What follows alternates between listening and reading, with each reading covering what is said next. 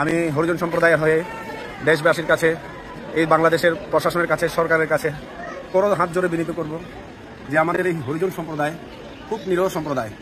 আমরা অনেক অসহায় মানুষ, আমরা দিন খেটে খাই, মলমূত্র পরিষ্কার করি, বাংলাদেশের লোকদের মলমূত্র পরিষ্কার করি। আমরা এই মলমূত্র পরিষ্কার করা ছাদের এই পুরো সম্প্রদায়ে আর কোনো দ্বিতীয় গতি নাই, ময়লা পরিষ্কার করার কাজ ছাড়া আর কোনো দ্বিতীয় গতি নাই। আমরা দিন খেটে খাওয়া মানুষ। এই যে অনাকাঙ্ক্ষিত ঘটনা ওই দিন ঘটলো কোর্ট বিল্ডিংয়ে 26 তারিখে, এই ঘটনার সাথে আমাদেরকে জড়ানো দেওয়া হয়েছে। আমরা এই ঘটনার প্রতিবাদ জানাই এবং যারা সুনির্দিষ্ট দোষী তাদের দৃষ্টান্তমূলক শাস্তির দাবিও জানাচ্ছি। কিন্তু আমাদের এই নিরীহ পরিবারের কিছু ছেলেদেরকে জেল হাসতে দেওয়া হয়েছে, ছেলেদের নামে মামলা দেওয়া হয়েছে, একজনকে 4-4টা মিথ্যা বানোয়াটও মামলা দেওয়া হয়েছে।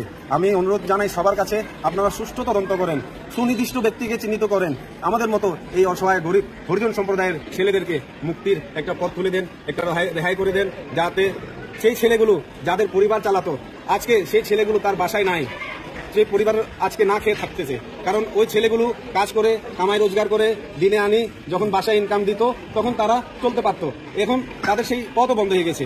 আমি আইনের কাছে, আইনজীবীদের কাছে, সবার কাছে একটা বিনীত প্রার্থনা জানাই, দেশবাসীর কাছে প্রার্থনা জানাই যে আমাদেরকে একটু আইনের সহায়তা দেন, আমরা যাতে আমাদের ছেলেদেরকে ফিরিয়ে আনতে পারি এবং এই দেশে সুষ্ঠু একটা বিচারক সেই সহযোগিতাও কামনা করি।